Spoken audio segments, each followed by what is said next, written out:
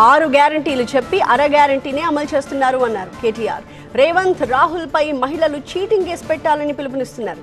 కేసులు పెట్టినా పోలీసులు స్పందించరు అన్నారు. అందుకే స్థానిక సంస్థల ఎన్నికల్లో కాంగ్రెస్ కి బుద్ధి చెప్పాలంటున్నారు కేటీఆర్.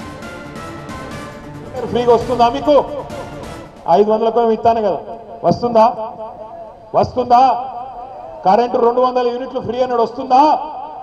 అక్క చెల్లె కటకుర్రి సోనియమ్మ కడుతుంది, సోనియమ్మ కడుతుంది అన్నాడు, కడుతుందా సోనియమ్మ? సోనియమ్మ ఆడవాయనో ఇందిరమ్మ ఆడవాయనో మనకు రేవంత్ రెడ్డి తలుపుకున్నాడు. పచ్చి మోసగాడు, పచ్చి అబద్ధాల కోరు. నిజంగా ఇవాళ రాష్ట్రం లెవెల్ మీదన్నా 420 చీటింగ్ కేసు పెట్టాలంటే ఇంట్లోనే పుట్టగొడుగులను పెంచుతూ నెలకి 1,00,000 వరకు సంపాదించవచ్చు. అది ఎలాగో నేర్చుకోవడానికి ఇప్పుడే ఫ్రీడమ్ యాప్ని డౌన్లోడ్ చేసుకోండి. మా ఆడబిడ్డలను కోరుతున్నా నేను, 100 రోజుల్లో ఇస్తా అని చెప్పి సంవత్సరం అయినా ఇయ్యనందుకు మొత్తం ఆడబిడ్డలు పెట్టాలి రేవంత్ రెడ్డి మీద చీటింగ్ కేసు, రాహుల్ గాంధీ మీద పెట్టాలి చీటింగ్ కేసు, కాంగ్రెస్ వాళ్ళ మీద పెట్టాలి గ్యారంటీలు అని చెప్పి మాట దానినందుకు కేసులు పెట్టాలి. ఇక మనం కేసులు పెట్టినా పోలీసు వాళ్ళు ఉన్నారా?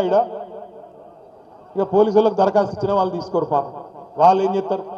రేవంత్ రెడ్డి మళ్ళీ ట్రాన్స్ఫర్ చేస్తాడో ఉల్టా ఏమన్నా చేస్తాడో వాళ్ళ భయం. కాబట్టి మీరు కేసు పెట్టినా వాళ్ళు తీసుకోరు. అందుకే మనం ఒక్కడే పని చేయాలి. ఏం చేయాలి? ఓట్లప్పుడే సురుకు పెట్టాలి.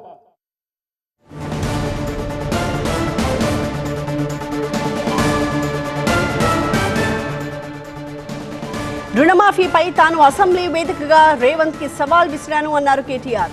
ఒక్క ఊరిలో అయినా 100% రుణమాఫీ అయింది అని నిరూపిస్తే బీఆర్ఎస్ ఎమ్మెల్యేలందరూ రాజీనామా చేస్తారు అంటూ తాను సవాల్ విసిరానని, కొండారెడ్డిపల్లె కొడంగల్తో పాటు ఎక్కడికి రావడానికైనా తాను సిద్ధంగా ఉన్నానని చెప్పాను. నా సవాల్పై రేవంత్ ఇప్పటివరకు స్పందించలేదు అన్నారు కేటీఆర్.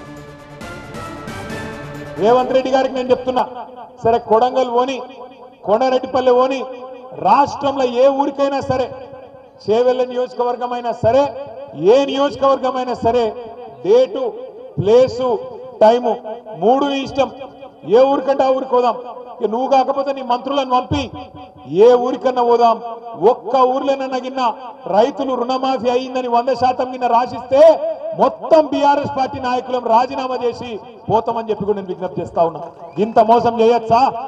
చారాన రుణమాఫీ కూడా కాలే, కానీ చారాన కోడికి బారాన మసాలా అన్నట్టు ఇవాళ ఢిల్లీకి పోయి మొత్తం రుణమాఫీ చేసిన అని చెప్పి అక్కడ మాట్లాడుతూ ఉన్నాడు.